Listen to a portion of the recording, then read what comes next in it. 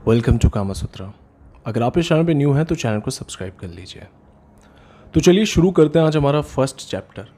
और first chapter के अंदर पुरुषों को और स्त्रियों को एनिमल्स के द्वारा समझाया गया है कि वो किस तरीके के होते हैं। तो शास्त्र के अनुसार 3 तरह के पुरुष होते हैं, 3 तरह की स्त्रियां होती हैं।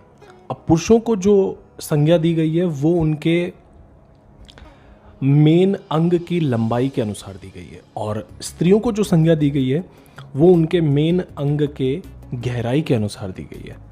तो शास्त्र के अनुसार 3 तरह के पुरुष होते हैं। पहला है खरगोश, दूसरा है बैल और तीसरा है घोड़ा। ऐसे ही 3 तरह की स्त्रियां हैं। पहली है हिरनी, दूसरी है घोड़ी और तीसरी है हथनी।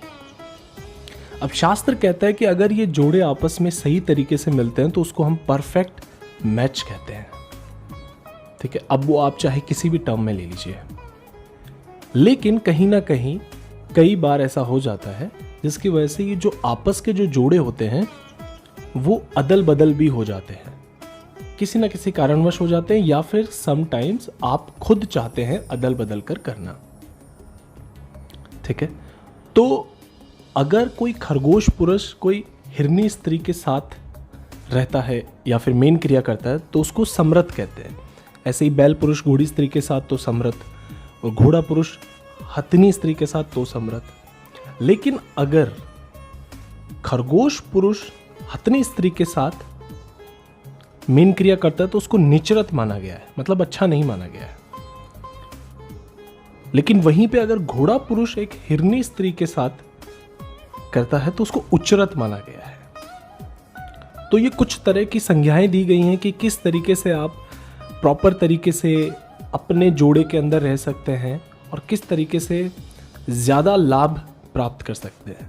और शास्त्र कहते हैं कि हमेशा अपने बराबर के जोड़े के साथ ही करना चाहिए। आगे गुरुजी कहते हैं कि समटाइम्स ऐसा देखा गया है कि ठीक है, आप खरगोश पुरुष अगर घोड़ी स्त्री के साथ भी करता है तो भी ये जायज़ है, या घोड़ा पुरुष जो है वो घोड़ी स्त्री के साथ करता है तो भी ये जायज़ है। लेकिन ये बिल्कुल जायज़ नहीं है कि एक खरगोश पुरुष हथनी स्त्री के साथ करे। आगे शास्त्र कहता है कि जो मेन क्रिया होती है उसमें जो असली आनंद होता है वो स्त्री और पुरुष के स्वभाव, शरीर की बनावट और जननेंद्रियों की बनावट पर भी निर्भर करता है, और बल्कि ज़्यादा निर्भर करता है। और उसके अकॉर्डिंग भी गुरुजी ने ज्ञानेंद्रियों के नाप के अनुसार भी 3 तरह के पुरुष बताए हैं और 3 तरह की स्त्रियां भी बताई हैं। ये सब हम जानेंगे अगले वीडियो में। तो आज के लिए इतना ही। अगर आप चैनल पे न्यू हैं तो चैनल को सब्सक्राइब कर लीजिए। नमस्ते।